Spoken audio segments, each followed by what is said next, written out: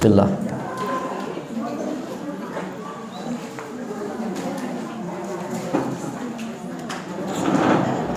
Assalamualaikum warahmatullahi wabarakatuh.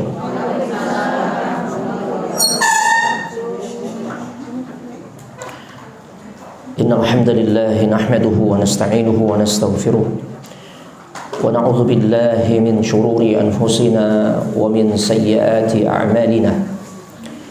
من يهد الله فلا مضل له ومن يضلل فلا هادي له أشهد أن لا إله إلا الله وحده لا شريك له وأشهد أن محمدا عبده ورسوله لا نبي ولا رسول بعده اللهم صل وسلم على هذا النبي الكريم وعلى آله وأصحابه أجمعين يا أيها الذين آمنوا اتقوا الله ittaqullaha haqqa tuqatih wa la tamutunna illa wa antum muslimun ya ayyuhalladzina amanu ittaqullaha wa qulu qawlan sadida yuslih lakum a'malakum wa yaghfir lakum dhunubakum wa may yuti'illaha wa rasulahu faqad faza fawzan 'azima wa ba'd fa inna asdaqal hadits kitabullah wa khairal huda huda Muhammadin sallallahu alaihi wa alihi wasallam wa syarrul umuri muhdatsatuha wa kullu muhdatsatin bid'ah wa kullu bid'atin dhalalah wa kullu dhalalatin finnar amma ba'd ayyuhal akhwatu fillah a'azzani Allahu wa iyyakunna. Para akhwat atau ummahat sekalian yang semoga dimuliakan oleh Allah Subhanahu wa taala.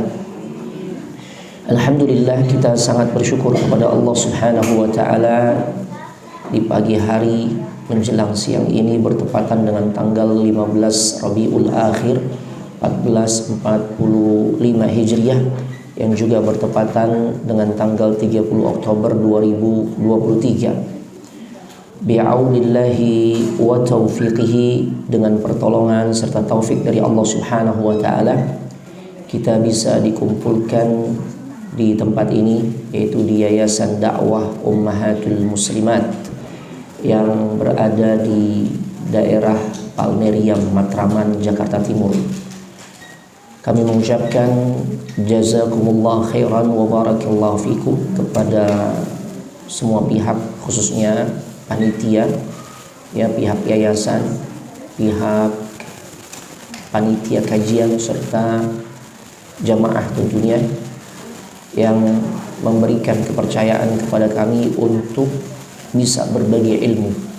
Ya, insyaallah di kesempatan hari ini kita akan isi kajian ini dengan satu tema yang berjudul Jalan Pintas Menuju Surga. Tidak lain apa jalan pintasnya? Sabar. Sabar itu akan menjadi jalan pintas untuk kita bisa masuk ke dalam surga. Masya Allah. Nah, kenapa sabar ini bisa menjadi salah satu jalan pintas yang akan memudahkan kita masuk ke dalam surganya Allah Subhanahu wa taala?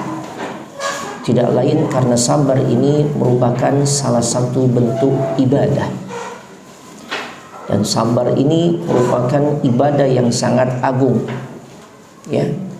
Dan di antara bentuk keagungannya atau kemuliaan dari sabar itu sendiri, dia bisa mempersingkat atau mempercepat kita, ya, bahkan dimudahkan kita untuk bisa masuk ke dalam surganya Allah Subhanahu wa taala, bahkan pada tempat yang tinggi. Nah, boleh jadi di antara kita menganggap ibadah itu ya kayak sholat. Tadi baca Quran ya, baca Quran, puasa, zakat, haji, umrah, sedekah dan semisalnya. Nggak salah kalau kita yakini, kita fahami, kita yakini itu ibadah, betul. Tapi sebenarnya ibadah tidak hanya berkaitan amalan yang sifatnya zahir saja. Ternyata ada juga ibadah yang nilainya begitu besar di sisi Allah. Ya, itu berkaitan dengan ibadah hati, di antaranya as-sabr, kesabaran. Sebelum lebih jauh, sebagaimana kebiasaan para ulama ketika menyampaikan satu bahasan, para ulama itu ngasih penjelasan di awal dalam bentuk memberikan pengertian. Sebelum lebih jauh macam-macam sabar, keutamaan sabar dan sebagainya, yuk kita pahami dulu deh. Apaan sih sabar? Kan gitu ya. Nah, sabar secara bahasa para ulama katakan bimakna al-habs. Maknanya menahan. Ya secara bahasa nih. As-sabru bimakna al-habs. Al-habs bahasa Arab juga tuh. Yang kalau diterjemahkan artinya menahan. Apaan yang ditahan Ustaz? Nah, pertanyaan berikutnya begitu. Pertama, lisan. Ya, kita tahan lisan kita nih untuk nggak mudah protes. Kepada siapa? Kepada Allah. Karena biasa sabar ini akan dibuktikan, ya, tatkala seseorang tuh dapat sesuatu yang dia nggak senangi. Nah disitulah tuh pembuktiannya nih orang sabar apa enggak nih. Tuh. Karena kalau kita dapat hal-hal yang kita memang sukai, tuntutannya bukan sabar, tapi bersyukur. Tuh. Dapat nikmat, syukur. Ya, idza u'tiya syakara, ya, kemudian wa idza betuliya sabara. Kalau dapat nikmat dia bersyukur, dapat sesuatu yang dia tidak senangi atau musibah maka dia bersabar. Nah, sabar atau enggak nih orang ditunjukkan lewat lisannya. Protes ya? Tuh. Dengan ketetapan Allah yang dia ungkapkan lewat lisannya tuh. Kalau dia bisa tahan diri, insya Allah satu poin. Ini orang menunjukkan ciri orang yang sabar. Tapi kalau udah mulai, ya Allah kok begini sih? Nah, saya kan udah rajin ngaji ya Allah, saya udah tutup aurat. Suami saya juga udah jarang saya pelototin ya Allah. Tuh misalnya, loh kok kenapa begini nih hidup saya tuh kan? Protes ya tuh, protes kan? Dia menganggap dirinya nggak patut nih dapat ujian. Ini udah bener nih ya Allah tuh begitu, tuh protes tuh. Ya, padahal kan orang yang dapat ujian nggak identik orang itu kemudian kita pahami, oh ini orang nggak bener nih, kan nggak gitu. Dalam kacamata keimanan, justru orang yang banyak mendapatkan ujian dalam kehidupannya, ternyata mereka adalah deretan orang-orang hebat. Ya, terbukti Nabi SAW bersabdakan, Inna asyaddan nasi bala'an al-anbiya thumma al-amthal fal-amthal. Sesungguhnya golongan manusia yang paling berat kehidupannya, ya, karena penuh dengan ujian demi ujian. Itu siapa? Anbiya siapa? Para nabi. Tuh, coba Nabi kita Muhammad SAW, sepi gak hidupnya dari ujian? Enggak, penuh dengan ujian. Belum lahir udah yatim, bener gak? Ya, kita sedih kalau ngeliat anak-anak yatim tuh, iya. Tapi ketahuilah, keyatiman yang Nabi alami itu keyatiman yang paling berat. Seseorang dikatakan anak yatim adalah tatkala orang tuanya meninggal, khususnya bapaknya, ya, yang memang menjadi kafil, yang menanggung dalam urusan nafkahnya tuh, menghidupi dirinya dan sebagainya. Bapaknya meninggal ketika anak tersebut belum mencapai usia akil baligh, bapaknya meninggal.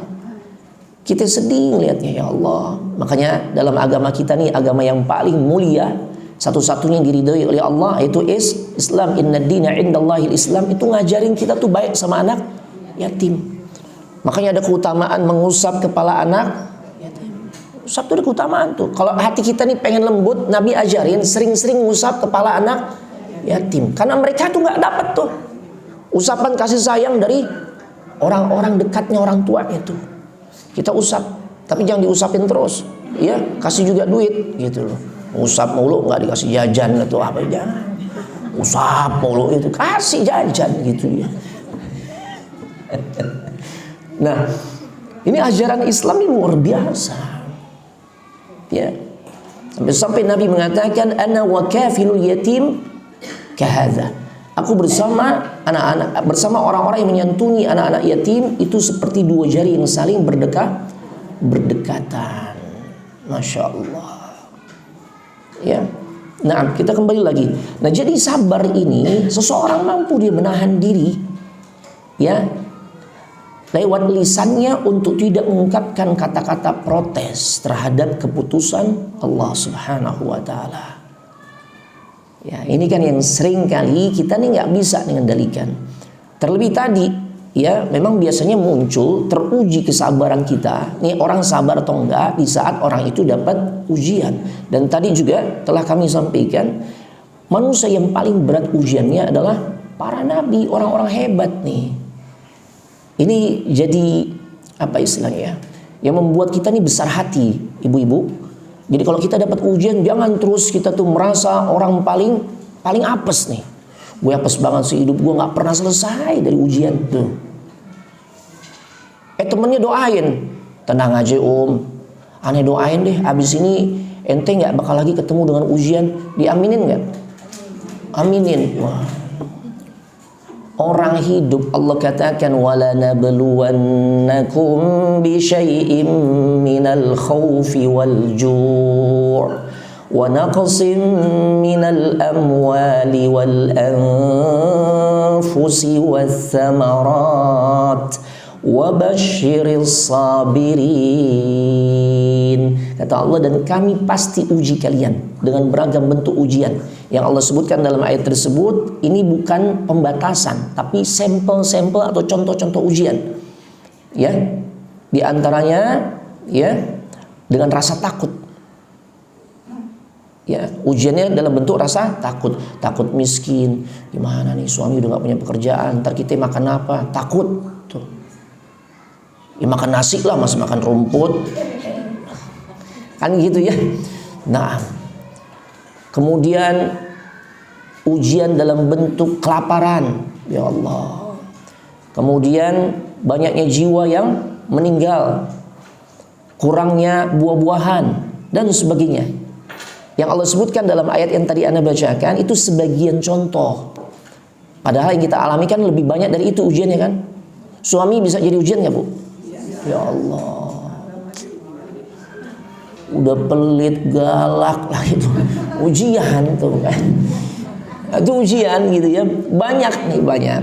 Artinya apa? Berarti di ayat tersebut Allah katakan walana beluwannakum, dan sungguh pasti kami akan uji kalian. Artinya orang hidup pasti ketemu dengan ujian. Nggak mungkin nggak ketemu. Ya. Benar-benar kita nggak ketemu ujian selama hidup di dunia kalau memang kita ketemu dengan yang namanya kematian. Nah itu. Jadi mulai sekarang kalau ada teman doain, aneh doain nggak usah khawatir. Setelah ini nggak akan pernah lagi ketemu dengan ujian. Masih mau diaminin? Karena itu artinya kita didoain apa? Cepat mati. Udah pasti ketemu ujian. Dulu waktu ibu-ibu belum ketemu jodoh nih, yang sekarang jadi suami ibu, itu kan ujian tuh. Ya Allah, yang lain udah pada ketemu jodohnya. Ya, ujian kan tuh. Kemudian ketemu jodohnya, ada tuh laki-laki yang kemudian datang, ya, dan akhirnya jadi pilihan ibu-ibu tuh, jadi suami lah. Nah, apa selesai ujiannya? Lah enggak, lah kok suami begini ya? Nggak sesuai dengan apa yang kita pengen, nggak sesuai dengan apa yang kita bayangin, kan gitu ya, ujian lah itu. Akhirnya kedua pihak saling memahami, saling ngerti, makin lebih baik tuh ngejalanin rumah tangganya. Apa udah selesai ujiannya? Enggak. Anak belum muncul, ya Allah, doa, nangis, usaha, ikhtiar selama dibenarkan dalam syariat dilakukan tuh, medis, non medis, kerjain deh, yang penting pengen punya keturunan. Saat itu diuji lagi. Ya, belasan tahun Allah baru ijabah punya keturunan. Ternyata pas dapat anak, apa selesai ujiannya? Ya Allah, ternyata punya anak repot banget. Tidur kurang, apa kurang dan sebagainya. Ya, itu. Jadi kita pasti ketemu dengan yang namanya ujian. Makanya tatkala kita mendapatkan ujian, ya, buktikan kesabaran kita. dalam bentuk tahan lisan nih untuk tidak protes terhadap keputusan Allah. Yang kedua, menahan hati kita. Tadi lisan, ya. Yang kedua, menahan hati kita dari prasangka buruk atau suudzon kepada siapa? Allah. Suudzon sama pasangan hidup aja nggak boleh, ya. Bang, dari mana nih bang? Ini biasa pulang jam 7 bang. Ya Allah, kenapa baru jam 9 baru pulang? Tuh, ya Allah. Udah langsung itu pikirannya kemana-mana nih. Jangan tuh suudzon kan. Suami nggak seneng deh tuh. Nah udah ribut akhirnya. Ya karena memang suudzon tuh nggak boleh. Apalagi suudzon kepada Allah. Tuh. Ya Allah, kenapa engkau seperti ini ya Allah? Bahkan sampai menetapkan Allah itu memiliki sifat-sifat yang gak layak ada pada dirinya. Kok Allah zalim ya? Kan gak mungkin. Kenapa anak ini kasih ujian kayak begini? Anak udah berusaha jadi orang bener. Ini tetangga nih, sholat enggak, ya, bakti sama orang tua sama suami juga enggak, ibadah enggak, tapi hidupnya enak tuh. Mulai dia prasangka buruk kepada siapa? Allah tuh. Gak sabar. Kalau dia sabar, dia menahan diri tuh dari memperturutkan hatinya, ya, untuk berprasangka buruk kepada Allah. Karena Allah tuh nggak mungkin memiliki sifat-sifat yang buruk. Makanya tatkala kita mengucapkan kalimat subhanallah, ini rahasia kalimat subhanallah yang artinya maha suci Allah. Artinya Allah suci dari segala bentuk kekurangan. Allah suci dari memiliki sifat yang nggak pantas buat diri Allah. Karena Allah udah nyatakan dalam hadis qudsi, inni haramtu dzulma ala nafsi fala tadzalamu. Aku haramkan kezaliman, itu ada pada diriku kata Allah. Maka jangan kalian hamba-hamba Allah saling berbuat zalim. Masya Allah. Jadi menahan lisan tadi yang pertama, yang kedua menahan hati untuk tidak berprasangka buruk kepada Allah. Prasangka buruknya seorang kepada Allah atas takdir Allah, ya, ini menunjukkan ketidaksabaran orang tersebut. Ya. Jadi kalau orang suka prasangka buruk kepada Allah, apa yang Allah telah tetapkan, ini bermasalah juga nih. Orang ini menunjukkan dia punya masalah juga terhadap keimanannya, khususnya ya keimanan pada poin yang keenam, al-imanu bil qadari khairihi wa syarrihi. Beriman kepada takdir Allah, apakah yang baik dan juga yang buruk. Gimana Ustaz ini cara simpelnya ya? Pembahasan takdir panjang, bahsun tawil, tapi anak kasih kaidah yang sederhana. Kalau untuk menunjukkan keimanan yang benar terhadap takdir Allah yang buruk, kalau yang baik yang sesuai harapan. Dapat uang belanja cuma 17,5 juta tuh, itu takdir baik buruk? Kok ragu? Kedikitan? Ya kebanyakan. Nah, iya. Misalnya kan, ini ya Allah, alhamdulillah Engkau tentukan takdir baik buat saya nih. Uang belanjaan nih segede itu, gitu kan? Itu takdir baik tuh. Takdir baik sih rata-rata kita pasti insya Allah bisa tuh ngeresponnya. Seneng gitu kan? Kan yang bermasalah yang sering menjadikan kita nih nggak benar cara mensikapinya kalau yang kita rasakan adalah takdir Nah gimana nih membuktikan keimanan kita nih benar terhadap takdir baik maupun takdir buruk, khusus pada takdir yang buruk. Fahami di balik keburukan yang Allah tetapkan untuk kita itu pasti ada hikmah kebaikan. Ya.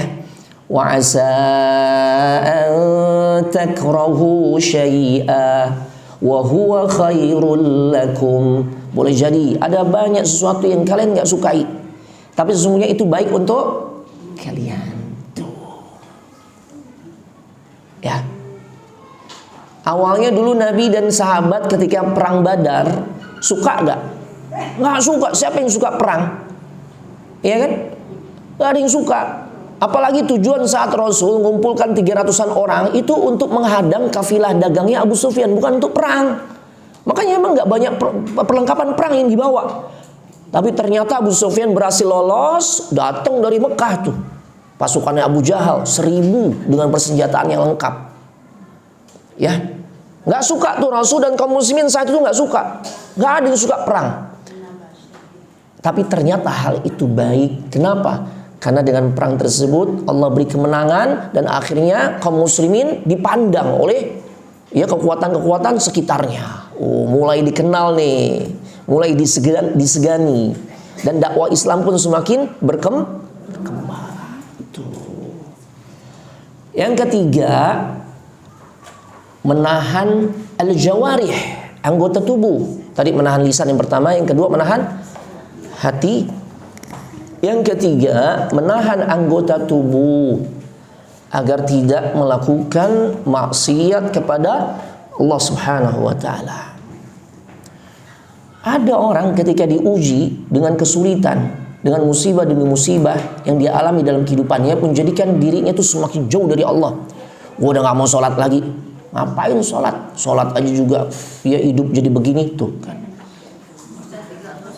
Hah? Yang ketiga, menahan al-jawarih, anggota tubuh, untuk tidak melakukan perbuatan maksiat atau dosa. Ya. Taib. Itu makna sabar. Sekarang kita masuk pelajaran berikutnya, ya. Tentang apa dasar. Tadi di awal Anda mengatakan sabar ini ibadah yang sangat agung, yang sangat mulia. Dasarnya apa nih? Sampai dikatakan ini ibadah yang bisa mempercepat jalan kita masuk surga. Yang pertama, Allah sering sebut tentang masalah sabar dalam Al-Quran. Tuh. Bahkan Imam Ahmad berkata, Zakarallahu subhanahu as-sabra fil Qur'ani fi tis'ina mawdi'an. Allah sebut tentang masalah kesabaran.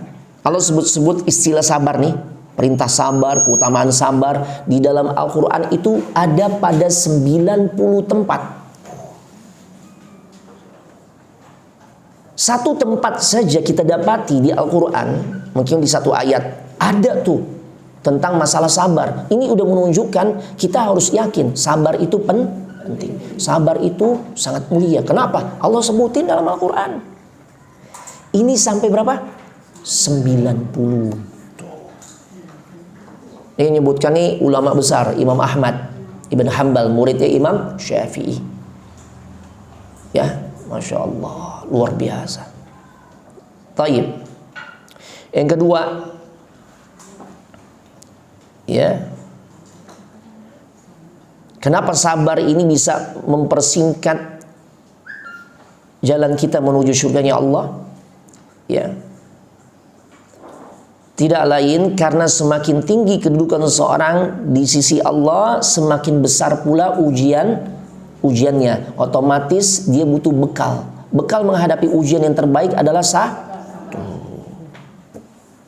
kalau kita ingin tinggi, ingin mulia, ingin di surganya Allah, ya, siap-siap harus diuji.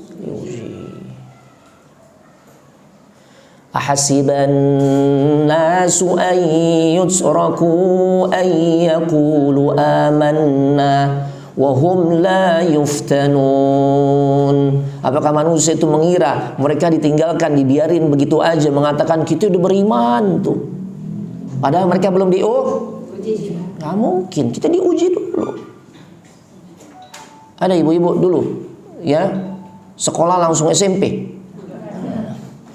SD dulu kelas 1 ujian buat naik kelas, ya, nggak lulus ujian nggak naik. Nah itu dia kan, nah ini dia ujian, dikasih ujian nih untuk naik kelas tuh dikasih ujian, kayak kita dulu ngalamin, gitu kan.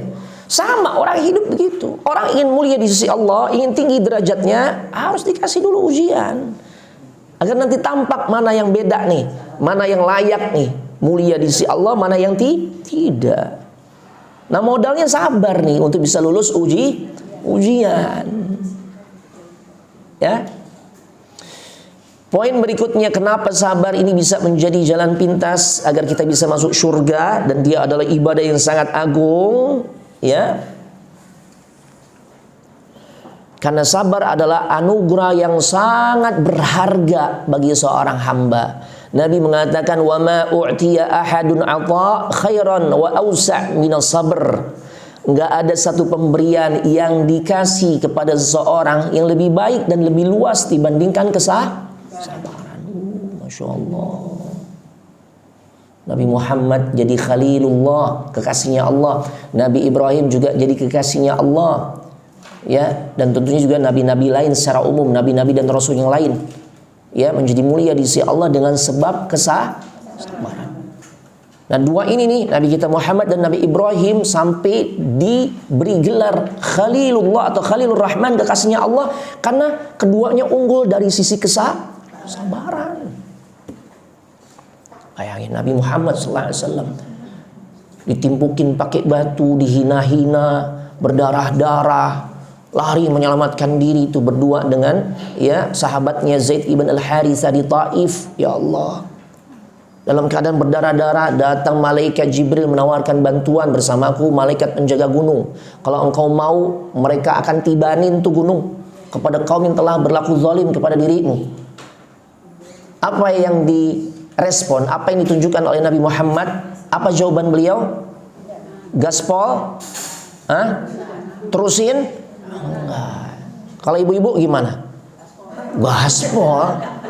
Bahkan mungkin nanya, kemana aja baru datang, begitu. Aneh udah berdarah-darah baru datang ente begitu. Nabi Muhammad enggak.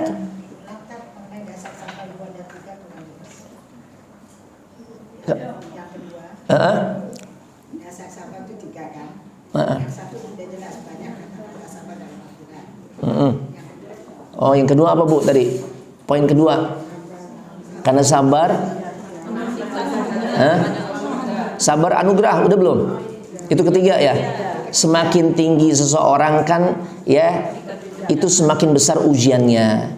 Dan untuk bisa lolos ujian dibutuhkan kesabaran. Jadi sabar itu ini dia nih. Ya. Modal untuk bisa tinggi kedudukannya di sisi Allah. Modalnya sabar. Ya. Nah. Yang keberapa sekarang tuh? Tadi poin apa tadi? Anugerah terbesar ya. Nah.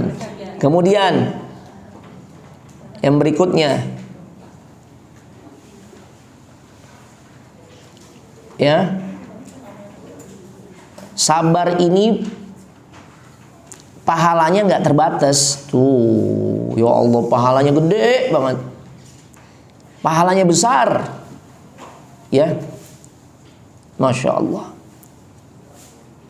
Karena Allah Subhanahu wa ta'ala pernah menjelaskan tentang hal ini dalam surah Az-Zumar, di antara dalam surah Az-Zumar ayat 10.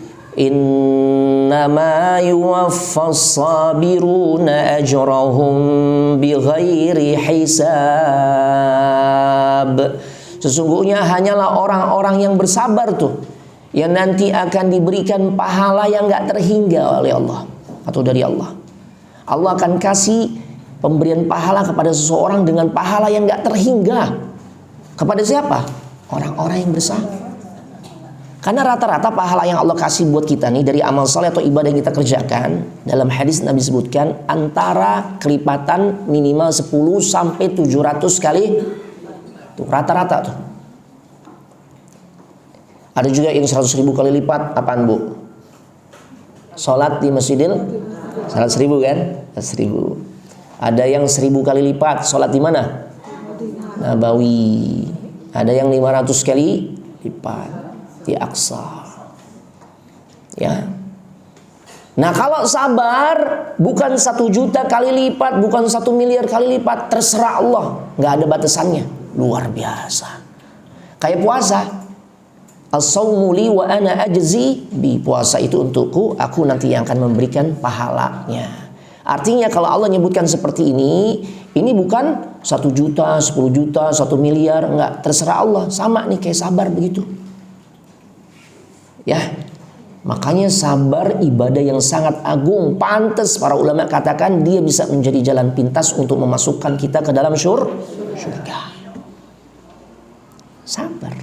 Masya Allah. Sekarang kita masuk pada poin yang lain ya. Nah, kita masuk pada poin macam-macam bentuk kesabaran. Nah, ini juga penting nih. Sabar ini dibutuhkan untuk kondisi gimana aja nih Ustadz. Makanya para ulama pun membagi sabar ya harus kita tunjukkan dalam 3 keadaan. Yang pertama as-sabru fi ta'atillah. Kesabaran di dalam menjalankan ketaatan atau ibadah. Butuh modal sabar gak? Ya. Ibu-ibu melangkahkan kaki dari rumahnya masing-masing nih ke sini kan modal sabar. Apalagi dengan kondisi cuaca kayak model sekarang nih. Panasnya ekstrim, ya Allah, debunya juga. Belum lagi musim penyakit kan gitu ya.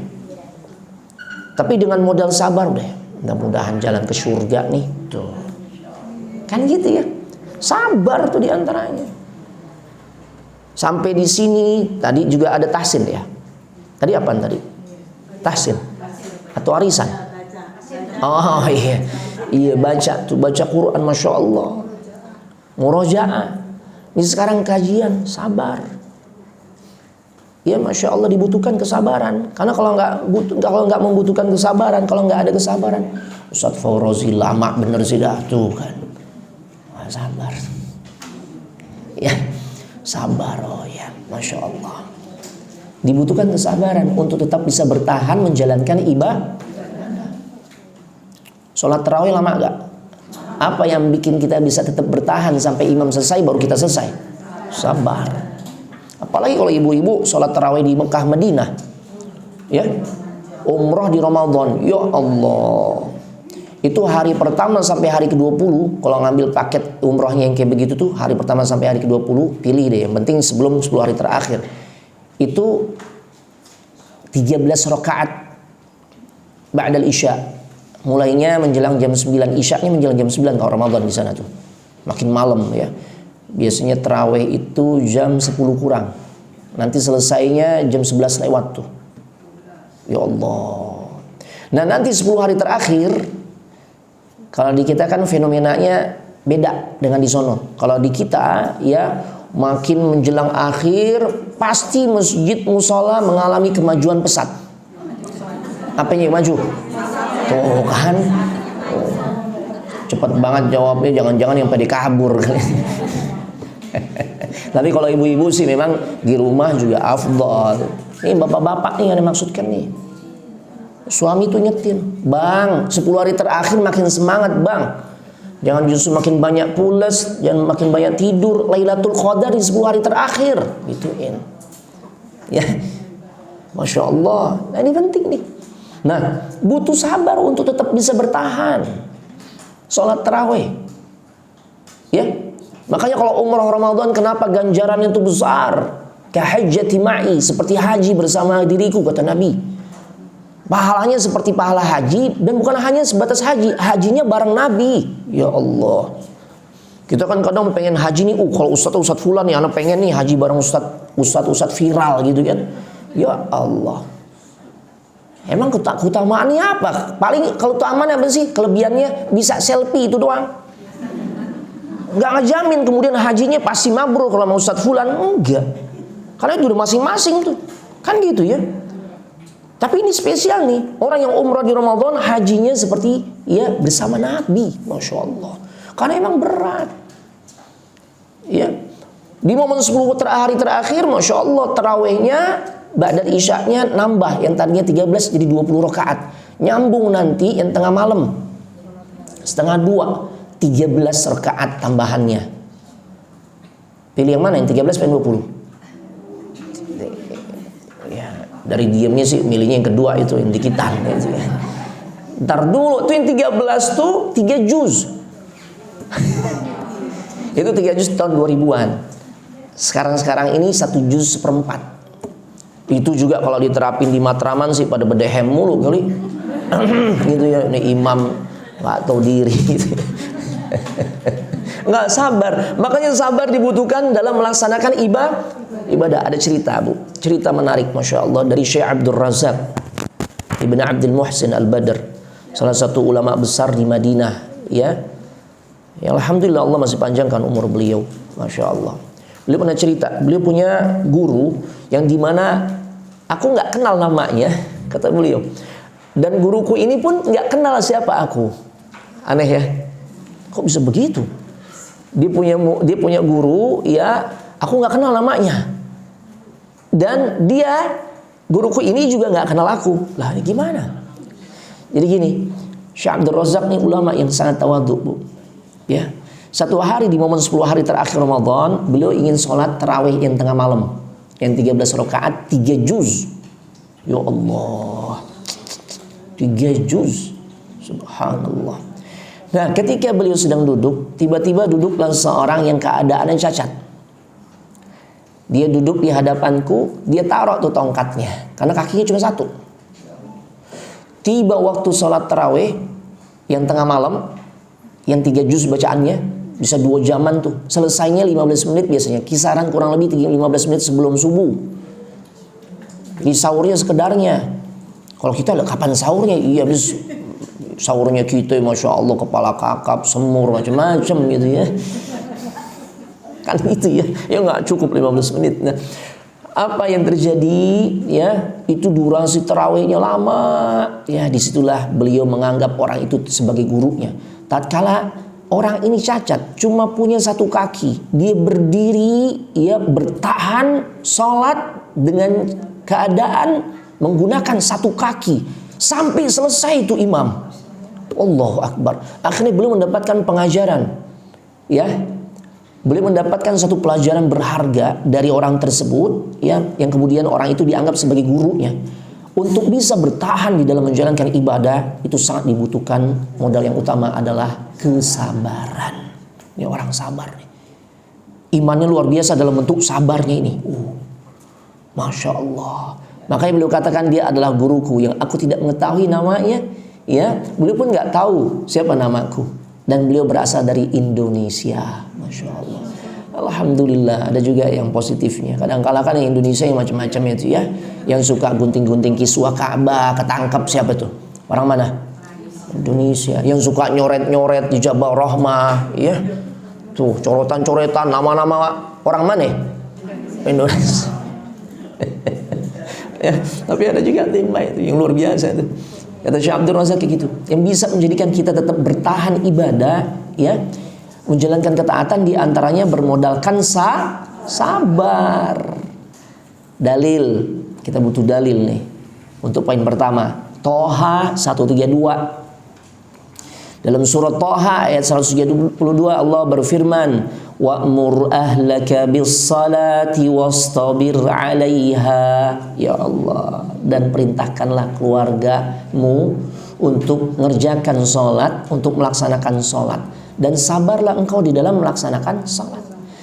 Merintahin keluarga untuk sholat butuh sabar, ngerjakan sholatnya juga butuh sabar. Tergak? Ibu merintahin anak sholat tuh butuh sabar gak? Apalagi sholat subuh. Nah, bangun nak, bangun. Udah subuh, apa cukup sekali? 3 kali udah bagus tuh. 10 kali akhirnya bangun. Ternyata begitu kita lihat, lah tidur lagi di ruang tamu. Butuh sabar gak? Sabar, bayangin. Per hari kan 5 kali sholat. Berarti minimal nih mulut kita nih mesti sabar nih. Nyampein ke anak, nak udah subuh, nak zuhur, nak asar, nak sholat maghrib, nak sholat isya. Sehari berapa kali? 5 kali. Sebulan kali 30 jadi 150. Lah iya, kaliin setahun. 1.800. Berapa lama nih pola ini orang tua harus terapkan ke anak-anaknya? Mulutnya dalam tanda petik bawel sama anaknya. Nah, sholat 3 tahun. Kenapa? Nabi katakan, ya, muru auladakum bis shalah wa hum abna'u sab'i sinin. Perintahkan anak-anak kalian untuk mulai melaksanakan sholat. Dia punya perhatian tentang sholat saat usia 7 Tuh. Nanti usia 10, dari 7 ke 10 berapa? 3 tahun kan?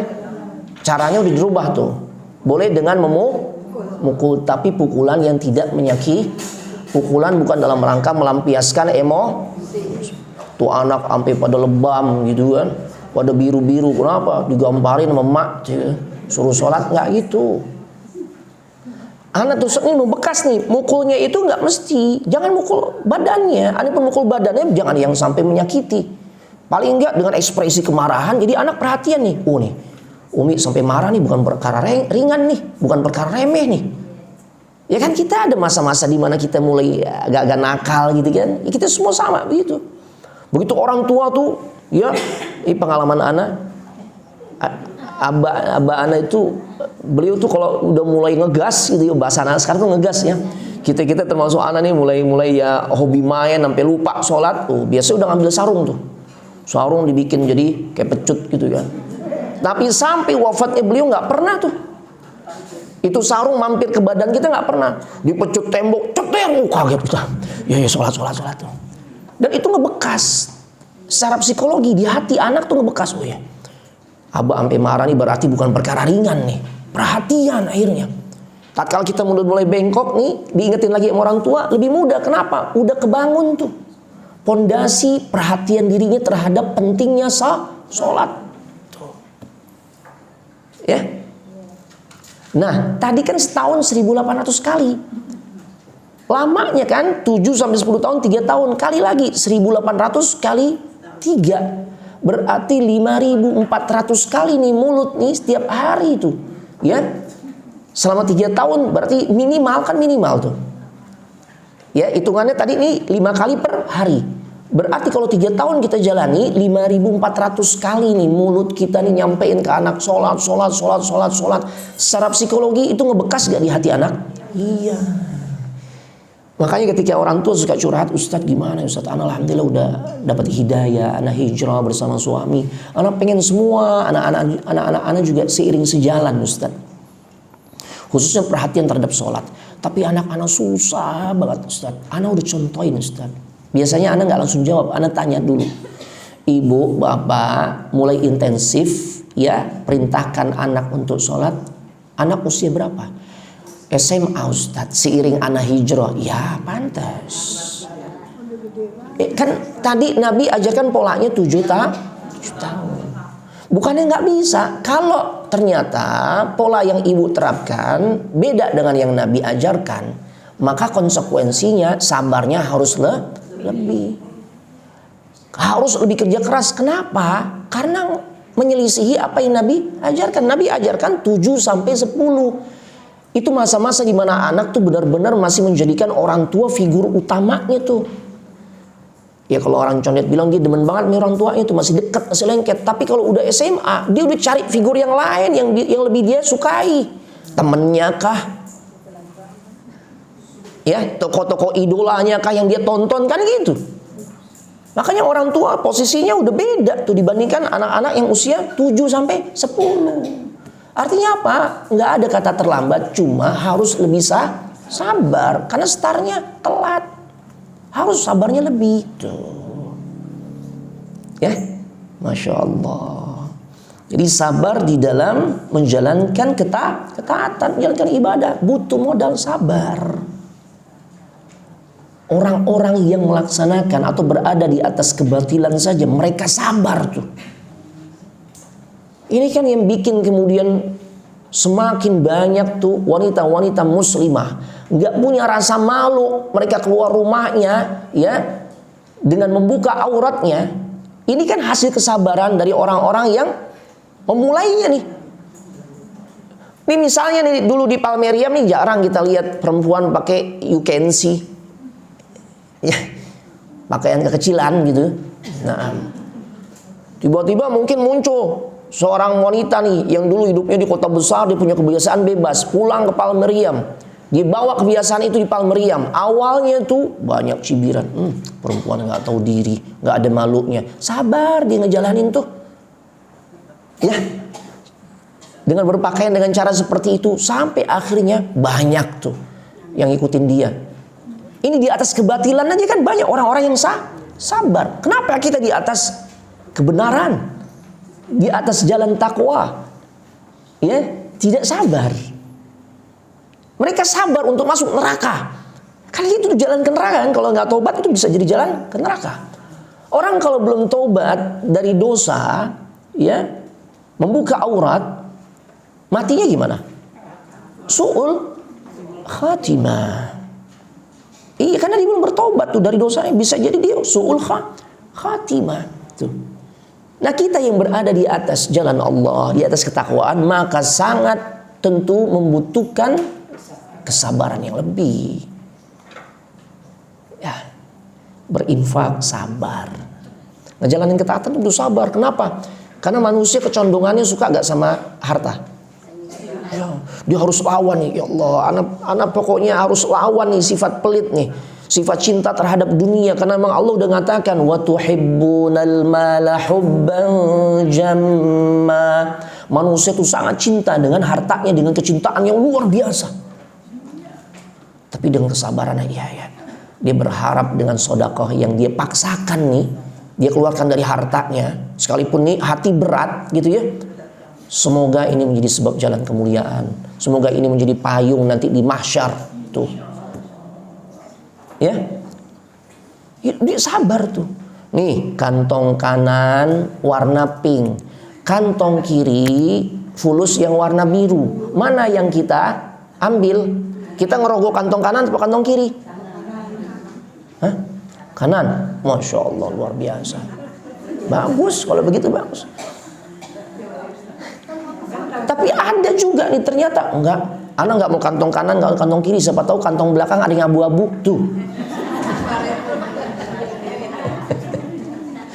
Lah iya, karena cinta banget sama dunia, itu sifat manusia begitu. Makanya orang-orang yang sabar menjalankan ketaatan tuh dia lawan tuh. Ya, emang sih sayang nih ya Allah, yang pink sayang, tapi bukankah ini nanti yang menjadi harta kita yang sebenarnya? Kita kasih ke orang kemudian ya merasa bahagia, ya teruntai kalimat-kalimat doa yang baik tuh tersampaikan buat kita. Masya Allah. Kita bayarin sekolah anaknya, ya kita bayarin kontrakannya, Masya Allah. Kita bayarin biaya pendidikannya sampai selesai. Itu tuh nanti yang akan kita nikmati di akhirat. Yang ada di tabungan kita mati, siapa yang nikmatin? Ahli waris. Tuh. Makanya dalam menjalankan ketaatan butuh kesabaran. Yang pertama nih, dalam urusan infak harus sabar untuk melawan kecenderungan kecintaan kita terhadap harta, rasa pelit tuh, lawan. Terbukti, ibu-ibu, orang-orang kafir sabar tatkala mereka mengumpulkan hartanya untuk memerangi kaum muslimin. Coba bayangin. Sabar. Mereka sabar. Ditunjukkan oleh orang-orang kafir atau musyrikin Quraisy ketika mereka kalah di perang Badar tahun kedua Hijriah di bulan Ramadan, maka mereka nuntut balas di perang Uhud setahun berikutnya, setahun sebulan, karena perang Uhud terjadi di bulan Syawal. Tadi perang Badar di bulan Ramadan tahun kedua, Uhud tahun ketiga di bulan Syawal, setahun sebulan. Sabar banget tuh mereka kumpulkan donasi. Ya, mereka berinfak di atas jalan iblis menuju ke neraka. Sabar mereka sampai akhirnya mereka punya ya donasi yang banyak. Mereka jadikan sebagai modal perang. Memerangi siapa? Kaum muslimin. Allah ceritain itu dalam surah Al-Anfal ayat 36. Innal ladzina kafaru yunfiquna amwalahum liyasuddu an sabilillah. Sesungguhnya orang-orang kafir itu mereka menginfakkan harta mereka untuk menghalangi orang-orang dari jalan Allah. Sabar mereka. Ya Allah, kenapa kita nggak sabar? Ini sekarang nih saudara-saudara kita butuh uluran bantuan kita nih.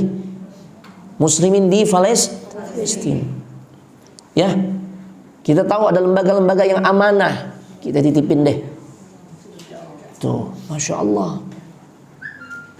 Ya, taib. Sampaikan doa-doa terbaik kita tuh dengan penuh kesabaran terus. Begitu sampai ini, ya Allah tolong, ya Allah, Ya Allahumma ansur ikhwanana al-muslimina wal mujahidina wal mustad'afina fi Palestin. Tuh. Tolong ya Allah kaum muslimin, orang-orang yang lemah, para pejuang yang ada di Palestina. Allahumma ansur nasran mu'azzaran. Ya Allah, berikan pertolongan-Mu ya Allah kepada mereka. Allahumma shfi jurhahum, ya Allah sembuhkan ya saudara-saudara kami kaum muslimin di Palestina yang terluka ya Allah. Allahumma arham mautahum, ya Allah rahmati ya orang-orang yang menemui ajalnya dengan sebab kekejaman orang-orang Yahudi. Ya, Allahumma taqabbal syuhada'ahum, ya Allah terimalah orang-orang yang mati syahid di jalan-Mu ya Allah. Dari saudara-saudara kami kaum muslimin di Palestina. Tuh. Sabar. Ya. Nah. Yang kedua, as-sabru, kesabaran di dalam meninggalkan maksiat. Ini juga butuh modal sabar ternyata, Bu. Kalau nggak butuh modal sabar, kalau kita nggak punya kesabaran, orang akan mudah sekali jatuh pada perbuatan dosa.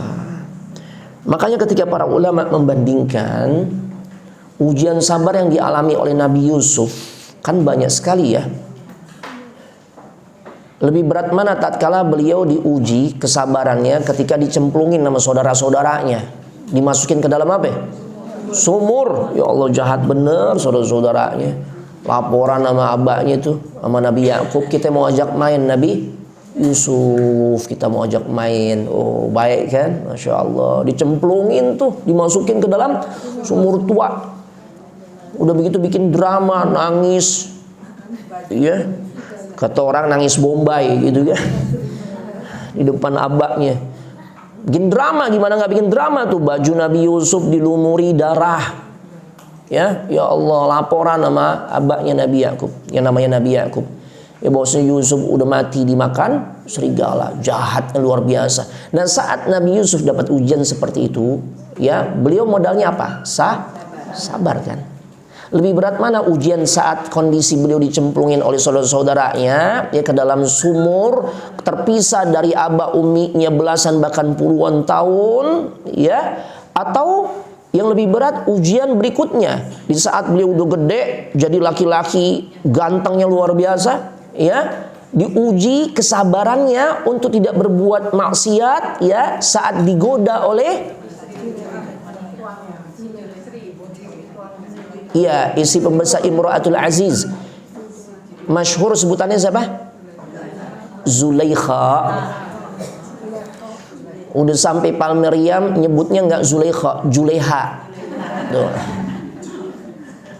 Lisannya udah berat gitu kalau Zulaikha, yang simple aja Juleha aja gitu ya. Zulaikha. Nah, walaupun di Al-Qur'an nggak ada, di hadis penyebutan Zulaikha juga nggak ada, itu Israiliyat. Gimana mensikapinya Ustadz kalau yang hal-hal seperti ini kan nggak prinsip ya. Mau namanya siapa juga nggak prinsip.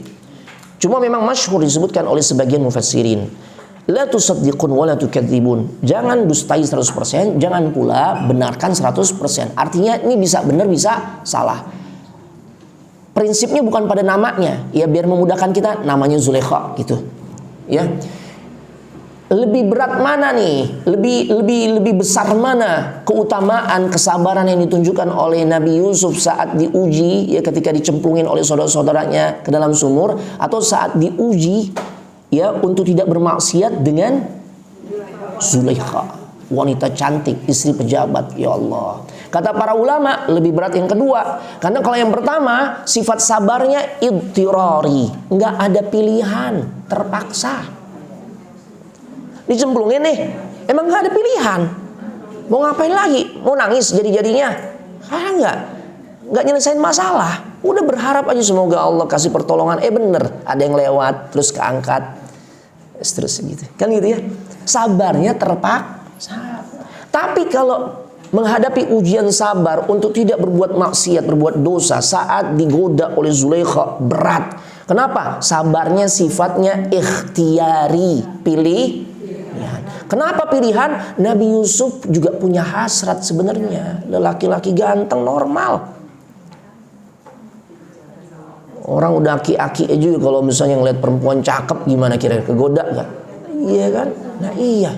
Ini Nabi Yusuf ujiannya berat, makanya Allah sampaikan Nabi Yusuf juga ada hasrat. walaqad hammat bihi wa hamma biha.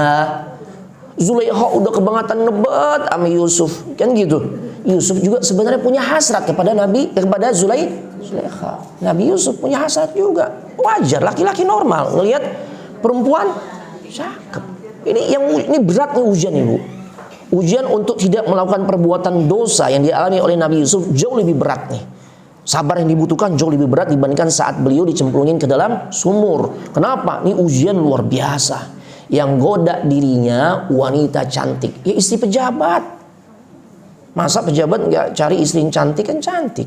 Andai pun nggak cantik, istri pejabat perawatan nggak? Ya, perawatan, pakai serum kalau zaman sekarang tuh. Apalagi ya Allah, serum, suntik kolagen tuh. Tahu aja Ustaz, lah kan Anda punya bini jadi tahu. Iya, jadi tahu gitu kan. Gitu kan. Ya, tuh serum yang ditetes-tetesin tuh gimana? Ya begitu deh. Ya kalau isi pejabat perawatan minimal. Ya orang tuh kalau perawatan, perempuan kalau perawatan yang boleh jadi cantiknya standar, tapi begitu perawatan kok jadi kinclong sekarang tuh begitu. Ini isi pejabat nih. Zulaikha isi pejabat, perawatan dan terkenal cantik, berhias kecantikan di atas kecantikan, ngegodain siapa? Yusuf. Kondisinya yang membuat ya ujian Nabi Yusuf untuk tetap bersabar semakin berat. Kondisinya udah sangat mendukung. Wa ghallaqatil abwab, semua pintu udah kekunci, dan kuncinya siapa yang megang? Zulaikha. Mau kemana lo Yusuf? Kan gitu ibaratnya kan. Masya Allah. Coba. Ya. Yang pertama cantik, berhias, cantik di atas kecantikan. Yang kedua suasananya udah kondusif. Ya, karena pintu semua sudah terkunci. Yang ketiga, yang menjadikan ujian kepada Nabi Yusuf nih, ujian sabarnya betapa sangat berat. Yang godain duluan adalah Zulaikha.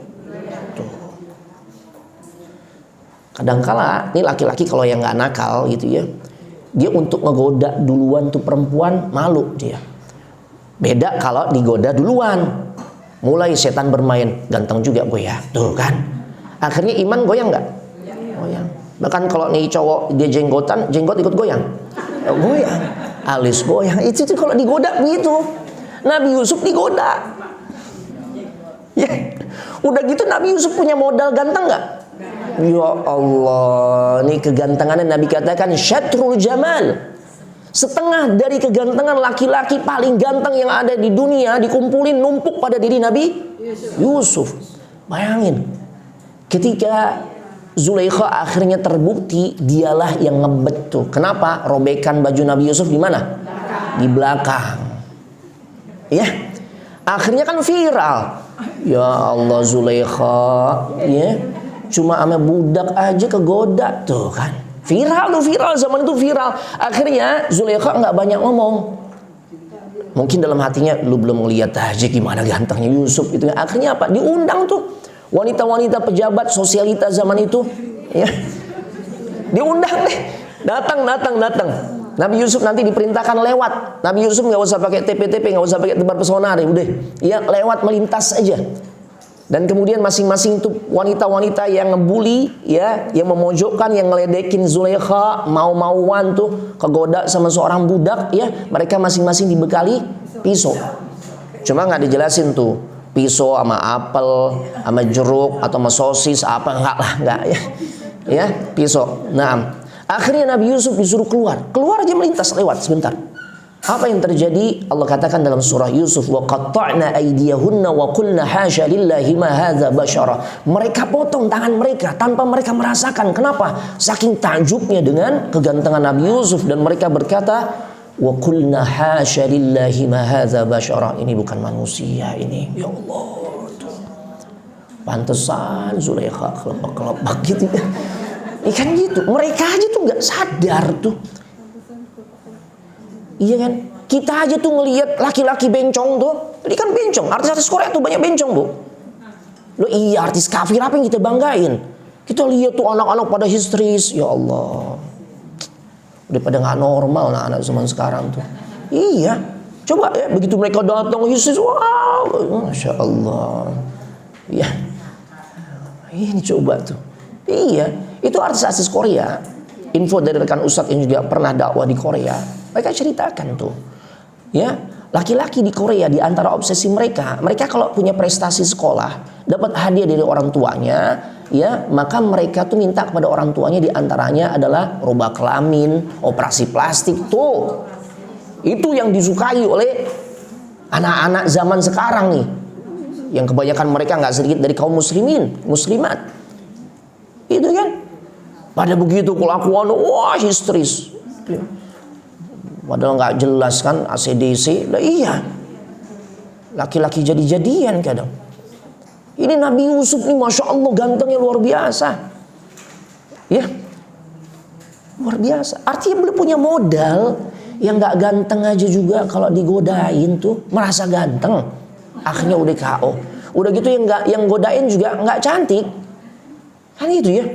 Cari pembenaran begitu jatuh kegoda tuh sama perempuan yang sebenarnya lebih cantik istrinya. Dia cari pembenaran. Ya gimana Ustadz? Benar juga ungkapan kata orang tuh. Rumput tetangga memang lebih. Tuh katanya begitu. Ya Allah. Ini Nabi Yusuf berat banget ya ujian ini. Ujian sabarnya berat. Masya Allah. Ya. Beliau tahan. Padahal beliau ada hasrat. Masya Allah. Ini. Ya. Biasanya suka ada yang nanya, Ustadz itu endingnya gimana Ustadz? Karena anak pernah baca tuh, atau pernah ada dai, ada penceramah bilang akhirnya Yusuf menikah dengan Zulaikha. Jawabnya, ada ulama besar namanya Syekh Saleh Fauzan, masih hidup. Ya Masya Allah. Belum ditanya tentang hal yang seperti ini. Wahai Syekh, apakah pada akhirnya ya Nabi Yusuf dan Zulaikha menikah? Apa jawaban Syekh Saleh Fauzan? Aku nggak diundang di acara walimahnya. Gitu. Nggak ada dalil. Nggak ada dalil di dalam Al-Quran ataupun dalam hadis yang menceritakan keduanya itu kemudian nih kok berani-beraninya sampai kayak begitu gitu. Nggak ada dalil bicara melampaui batas. Makanya jawaban beliau tuh Masya Allah luar biasa. Saya nggak pernah diundang di acara walimahnya tuh.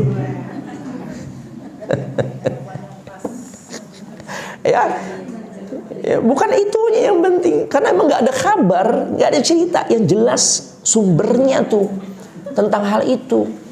Nggak usah ngarang-ngarang cerita gitu loh. Udah gitu kalau yang di kisah Israiliyat diceritain gini, ya, ini kisahnya bukan dari Al-Quran, dari hadis. Makanya Syekh Shalih Fauzan jawab gitu, aku nggak pernah diundang di acara walimahnya. Nah, lucu emang cerita itu. Begitu kan kalau di Israiliyat itu akhirnya keduanya menikah gitu ya. Dan kemudian berkatalah si Zulaikha kepada Yusuf, tuh akhirnya mau juga kan sama gue gitu. Kata Nabi Yusuf, iya karena yang sekarang halal tuh. Padahal tuh kisah nggak ada riwayatnya. Baik ya. Nah ini ada poin penting nih Bu. Ada poin penting nih, Masya Allah. Sabar untuk ninggalin maksiat di zaman seperti sekarang kan sesuatu yang sulit. Ya Allah, kita butuh perjuangan tuh untuk bisa menghindarkan diri kita dari maksiat demi maksiat. Nah, ada beberapa tips yang disampaikan oleh banyak ulama ya, agar kita tetap bisa bersabar menghindarkan diri ya saat menghindarkan diri dari perbuatan maksiat. Apa caranya? Ada 3. Ini mantap Ibu, Masya Allah. Nah baca ini Masya Allah. Yang pertama, hudurul khauf awil khasyah fi qalbina. Hadirkan rasa takut dalam hati kita tuh kepada Allah. Saat kita mau maksiat nih, hadirkan rasa takut tuh. Ya Allah, emang sih gak ada yang tahu. Tapi kalau ternyata gue lagi maksiat nih, Allah tentukan ini ajal aneh, gimana? Su'ul khatimah apa husnul khatimah? Gak deh. Terhindar gak di akhir dari maksiat?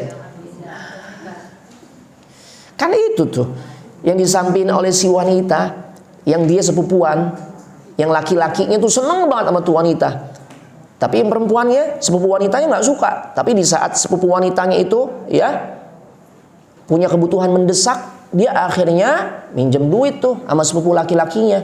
Kata sepupu laki-lakinya, saya mau pinjemin, tapi syaratnya ente mau ya saya gauli. akhirnya terpaksa.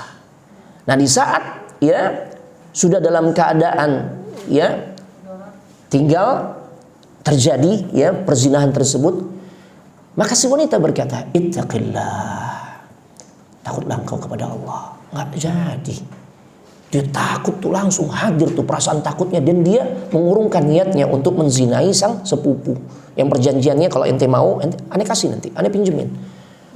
Rasa takutnya menghalangi dirinya dari berbuat maksiat, yang sehingga pada akhirnya bukan hanya dia meninggalkan maksiat, itu fulus dikasih tuh, dikasih sepupunya, udah nggak usah pakai pinjem. Oh, terhindar dari maksiat dengan sebab dia menghadirkan apa? Rasa takut ketika perempuan bilang, ya, ittaqillah ya akhi, takutlah engkau kepada Allah wahai saudaraku. Takut dia, ya Allah. Ya, seseorang kalau hadir rasa takut dalam hatinya, maka dia akan terhalang dari melakukan perbuatan maksiat. Makanya tips pertama, untuk bisa terhindar dari perbuatan maksiat, kita tetap bisa sabar menghindarkan diri dari maksiat, hadirkan rasa takut kita kepada Allah. Takut akan azab Allah, takut kalau Allah jadikan ini sebagai momen terakhir hidup kita nih, ya Allah. Ya, kalau ada su'ul khatimah gimana? Kita nggak dikasih kesempatan untuk hidup lagi memperbaiki amal, kan gitu. Ya. Na'udzubillah. Yang keberapa sekarang? Kedua ya. Tadi menghadirkan rasa takut. Yang kedua, hadirkan rasa malu kita kepada Allah. Hadirkan rasa malu kita kepada Allah.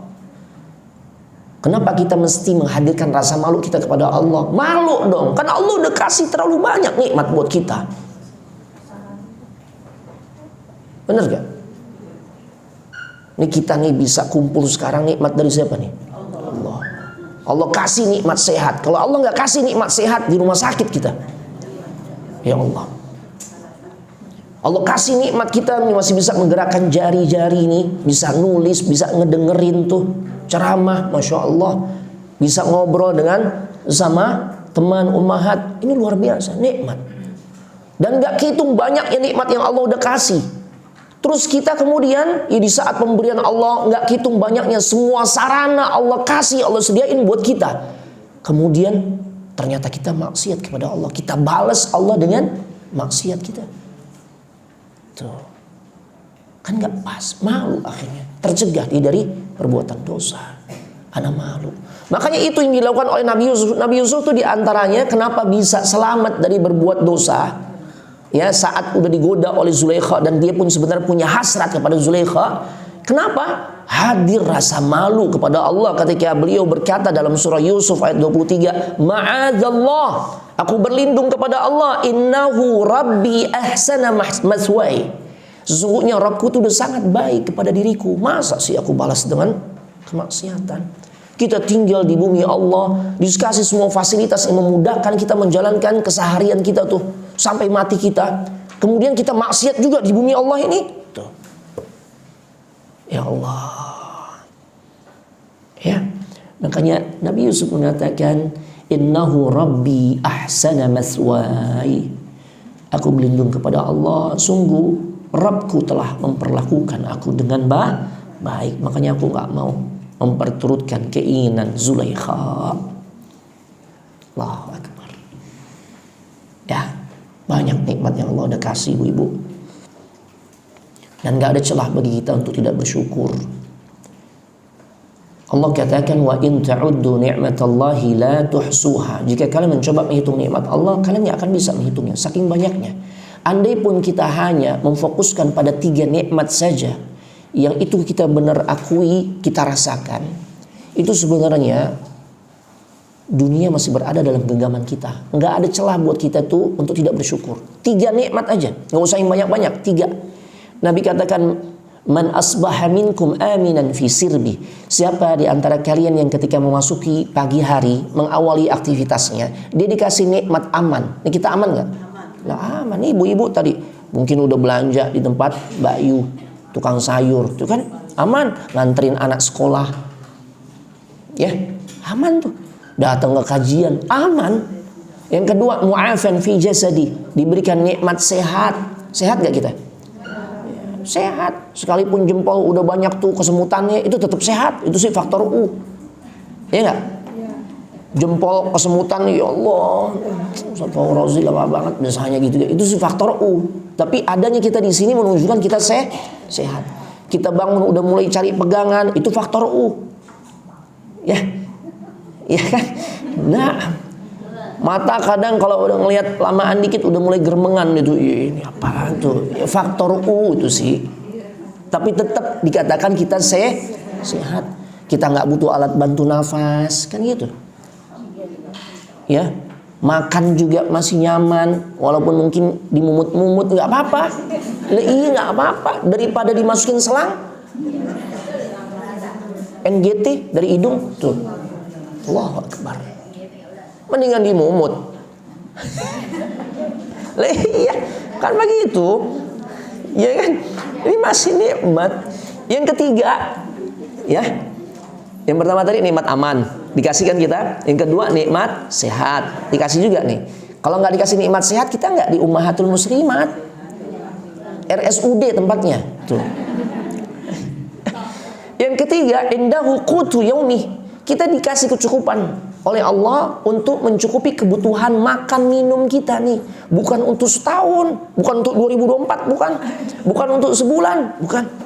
Walaupun memang persediaan kita nih kalau belanja entah ke Carrefour, kemana, ke Alfa atau kemana buat sebulan gitu kan, atau paling enggak sepekan, enggak, cukup untuk hari ini aja. Tuh, hari ini aja nih.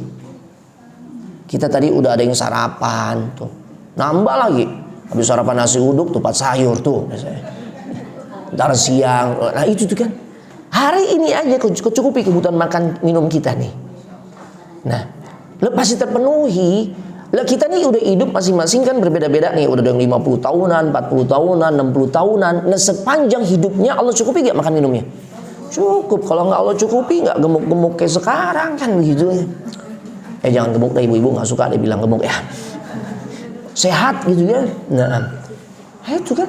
Kata Nabi, kita dikasih kecukupan untuk memenuhi kebutuhan makan minum untuk hari ini saja. Di samping 2 nikmat tadi, nikmat aman dan nikmat sehat, faka'annama haizat lahud dunya, maka sesungguhnya dunia masih berada dalam genggamannya. Tuh, dunia.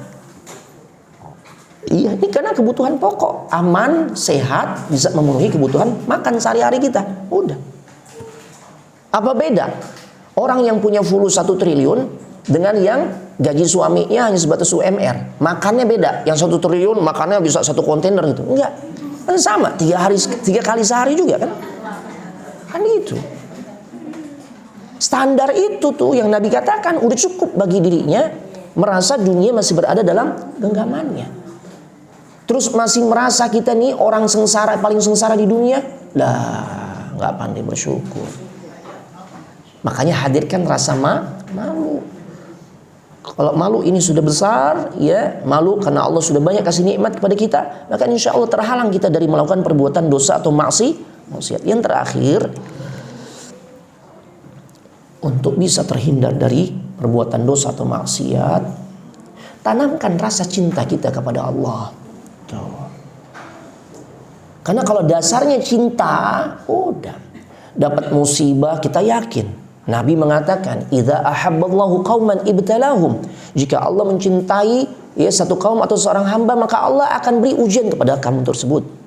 Makanya orang-orang yang paling banyak ujiannya itu orang mulia, yaitu para nabi. Oh ya, tahu dia, makin cinta dia sama Allah.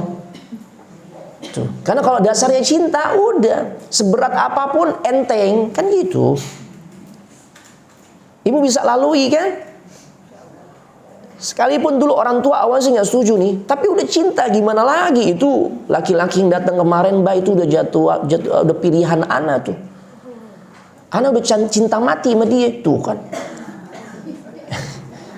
Kalau udah begitu gimana? Jadi lebih mudah diperjuangin tuh. Ana siap deh, walaupun dia kere misalnya gitu ya. Dia belum mapan misalnya, tapi kan semua juga rezeki Allah yang ngatur be. Kan begitu tuh pembelaannya kan. Udah cinta gimana? Ya. Orang kalau dasarnya cinta, menjalani sesuatu menjadi lebih mudah. Termasuk meninggalkan maksiat. Allah nggak suka nih dengan perbuatan ini, dengan dasar cinta itu. Saya kan pengen terus dicintai oleh Allah, maka anak nggak mau lakukan hal-hal yang menjadi sebab Allah nggak cinta lagi sama anak. Tuh, terhindar dia dari maksiat.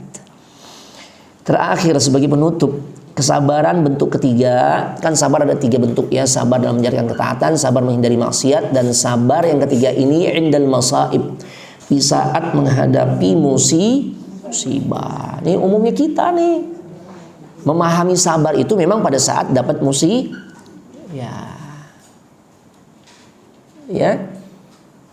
Nah, alladzina idza asabathum musibah qalu inna lillahi. Orang-orang yang tatkala dia mendapatkan musibah ya, untuk menunjukkan kesabaran, mereka mengucapkan kalimat istirja, inna lillahi wa inna ilaihi raji'un. Dibutuhin kesabaran. Itu kalimat memang menggiring kita sabar. Coba kita renungin sambil dihayati ya, kalau mengucapin inna lillahi nih. Inna lillahi wa inna ilaihi raji'un. Sesungguhnya kita memang semua milik Allah dan kita akan kembali kepada Allah. Sadar ini sudah Allah takdirkan. Atau kalimat yang lain yang juga senada nih. Qaddarallah wa ma syaa fa'ala. Ini udah takdir Allah. Apa yang telah Ia takdirkan, apa yang Ia kehendaki, maka terjadilah. Adem enggak? Jadi sabar enggak? Iya. Terus gimana?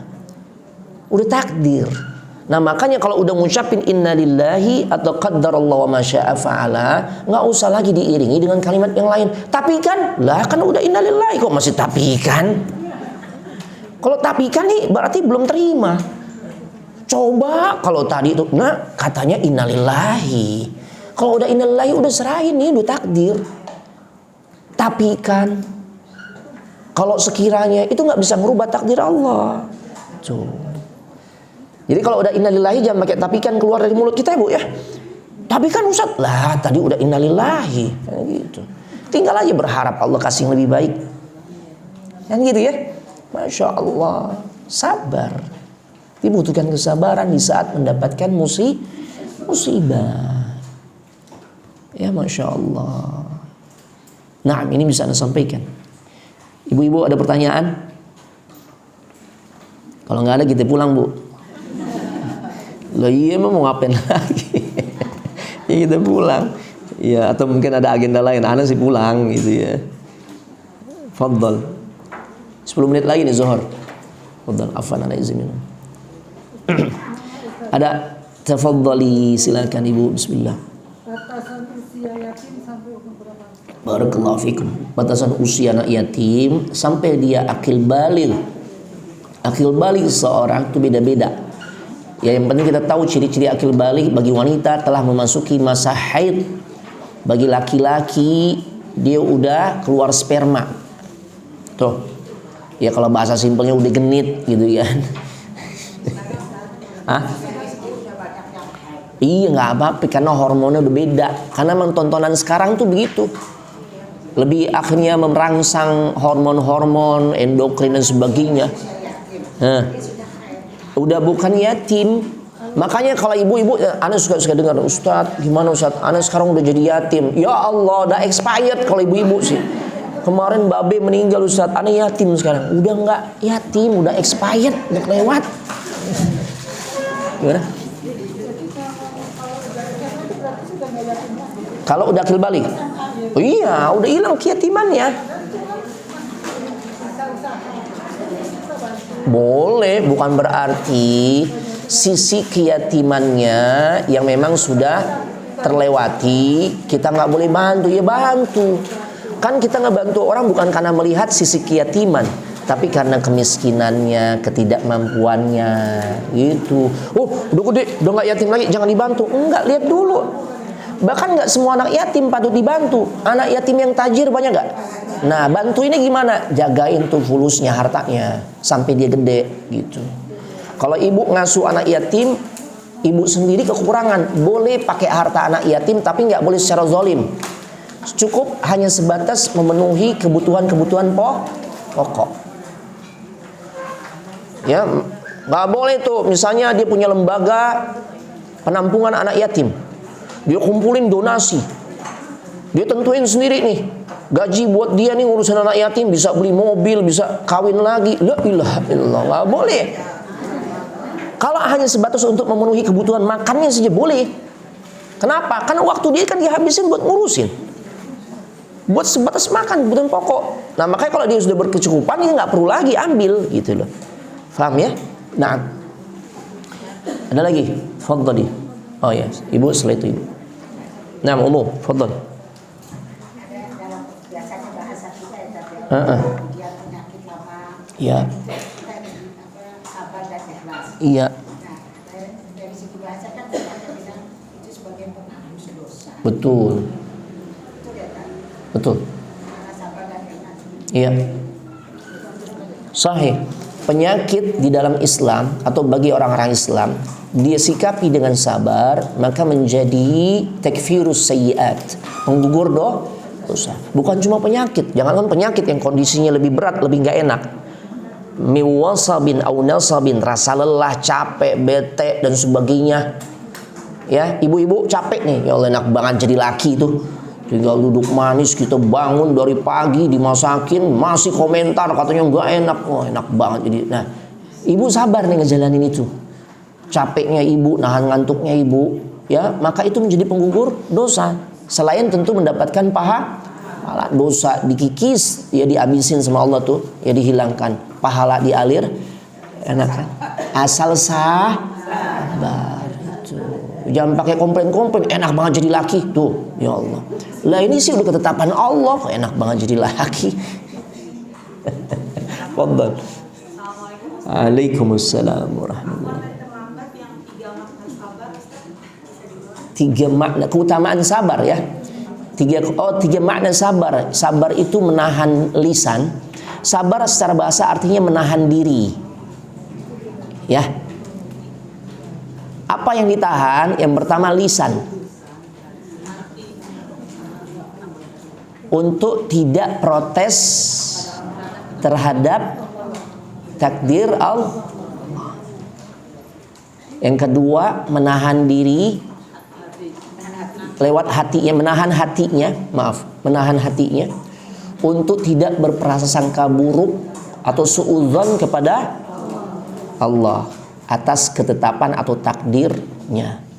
Yang ketiga, menahan al-jawarih, anggota tubuh, dari melakukan perbuatan dosa dan maksiat. Ya. Nah, itu udah ya. Wa iyyaki. Ada lagi? Atau lagi? Fadhali. Fadhal umum.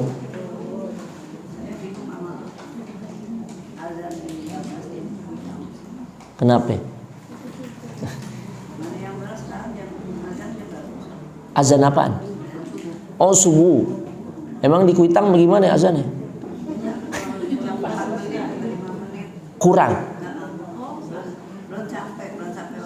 Belum sampai waktunya udah azan. Ya sudah, kalau itu memang tugas tanggung jawab merbot, tanggung jawab DKM. Yang jelas acuan kita kalau kita merasa ini belum waktunya nih, kebangetan cepat nih, ya kita nanti sholat subuhnya agak ditunda aja. Karena kalau itu kan udah urusan mereka.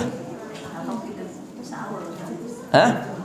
Nah, kalau kita sahur gimana? Ya sahur dengan standar yang kita yakini. Karena kalau kita benar-benar yakin ini memang kecepatan nih, jangankan dibandingkan dengan penelitian yang memang valid, dengan masjid-masjid lain aja dia emang udah kecepatan. Hah? Oh, keadaan dulu. Nah, Umi putuskan dengan ya standar yang Umi yakini itu paling benar. Tapi bukan berdasarkan selera ya, berdasarkan hujjah. Berdasarkan penelitian memang nih seorang ahli mengatakan ini belum waktunya. Ya. Maka boleh dengan standar itu. Ya. Sekalipun nih masjid samping rumah nih udah azan, tapi kan kecepatan. Kita punya dasar, ini kecepatan. Fajar shodiknya belum muncul. Gitu ya. Hah? Waktu buka. Kalau waktu buka lebih mudah kita mengenalinya. Ya, karena yang bermasalah itu bukan di bukanya, bukan di maghrib. Di Indonesia itu di subuh dianggap terlalu